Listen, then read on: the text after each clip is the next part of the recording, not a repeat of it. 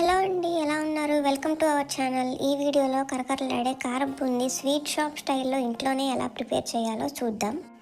నేను half KG శనగపిండిని తీసుకుంటున్నానండి. దాన్ని ఇలా వీడియోలో చూపించిన విధంగా జల్లెడ పట్టుకుందాం. అందులోనే పావు కేజీ వరిపిండిని తీసుకొని కలుపుకుందాం.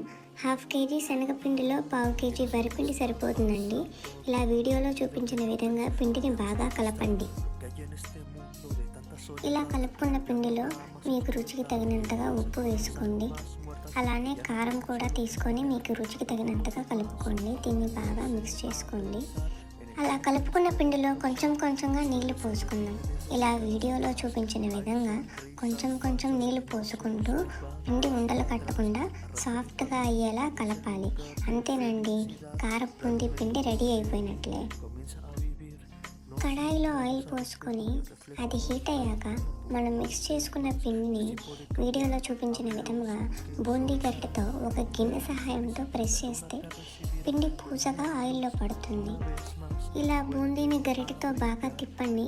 బూందీ బాగా పొంగి కలర్ చేంజ్ అయ్యాక ఆయిల్ నుండి సపరేట్ చేయండి. చేసి ఒక గిన్నెలో వేసుకోండి. చూసారుగా బూందీ ఎలా ప్రిపేర్ అయిందో. ఇప్పుడు కొంచెం కారం తీసుకోండి. నేను వెల్లుల్లి కారం తీసుకుంటున్నాను. వెల్లుల్లి కారం తీసుకొని బూందీలో వేసుకొని మిక్స్ చేసుకోండి.